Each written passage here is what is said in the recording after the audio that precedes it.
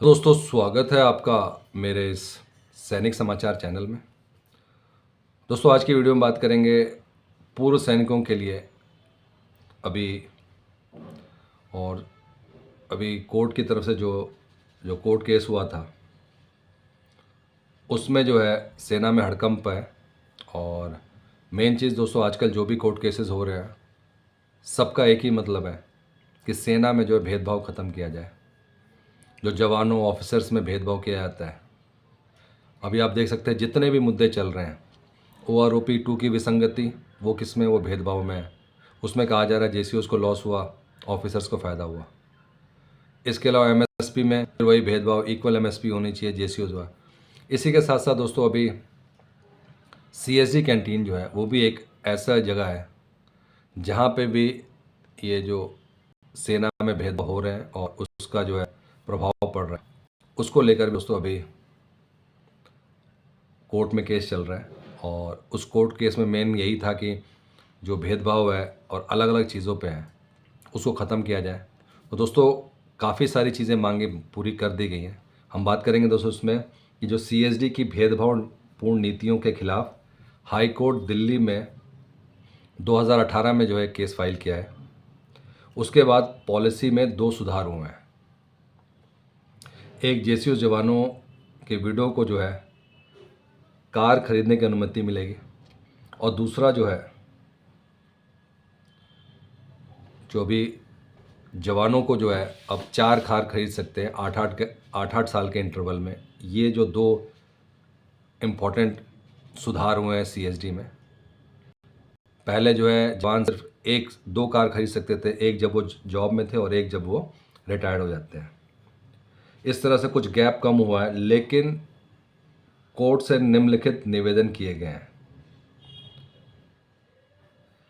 पहली बात यह है कि कार खरीदने की जो पॉलिसी है, क्योंकि ये रैंक से डिपेंडेंट नहीं होनी चाहिए, कार खरीदने की पॉलिसी सबके बराबर होनी चाहिए। अगर मेरे पास 12 लाख रुपए है तो मुझे 12 लाख की कार खरीदने की अनुमति होनी चाहिए।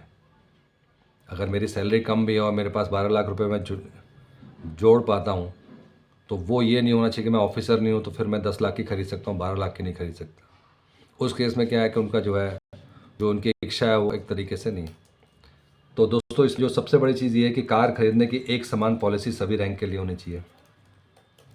दूसरा, लीकर का दोस्तों सबसे बड़ा है कि लीकर में भी जो है ऑफिसर्स को ज़्यादा कोटा मिलता है, JCO जवानों को कम मिलता है।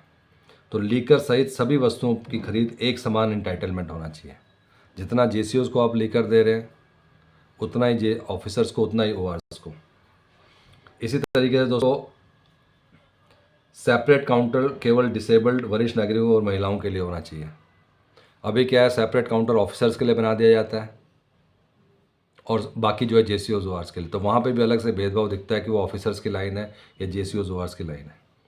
जैसा बैंकों में या बाकी जगह सिस्टम पे होता है कि जो काउंटर है वो महिलाओं के लिए या डिसेबल्ड पर्सन के लिए या सीनियर सिटीजन्स के लिए, ये कॉमन है, चाहे वो आप मिलिट्री में चाहे बाहर हैं, इन लोगों को जो है अलग से मिलना चाहिए। इसके अलावा जो JCOs ORs ऑफिसर्स, हवलदार, नायक, इन सब के लिए अलग अलग लाइन नहीं होना चाहिए। तो दोस्तों, ये छोटी छोटी चीज़ें होती हैं जहाँ से जो है भेदभाव का पता चलता है। कैंटीन प्रॉफिट गैस सब्सिडी की तरह वापस, या इसे पैसे इंजीनियरिंग, मेडिकल या प्रोफेशनल कॉलेज की स्थापना और सैनिकों, पूर्व सैनिक बच्चों के लिए मुफ्त शिक्षा। और इसके अलावा दोस्तों, CAG से ऑडिट केस की अगली सुनवाई जो है 18 दिसंबर को, यानी कि दोस्तों आज 18 दिसंबर है, इसकी सुनवाई है। पिछले सुनवाई में सरकारी वकील ने गवर्नमेंट डायरेक्शन के लिए समय मांगा था, तो पिछली बार जो है पूरा नहीं हो पाया। तो दोस्तों, आज जो है इसके ऊपर फैसले होंगे। तो दोस्तों, आज बड़ा दिन है जिसके ऊपर जो है काफ़ी ज़्यादा जो है चर्चा चल रही है और इसके ऊपर काफ़ी बड़ा फैसला आने की उम्मीद है। दोस्तों, ये था आज का इम्पोर्टेंट अपडेट सभी पूर्व सैनिकों के लिए, CSD कैंटीन के जो कोर्ट केस है उसको लेकर। अगर वीडियो पसंद आए तो इसको लाइक कीजिएगा, शेयर कीजिए और सब्सक्राइब करना ना भूलें। Thank you for watching this video.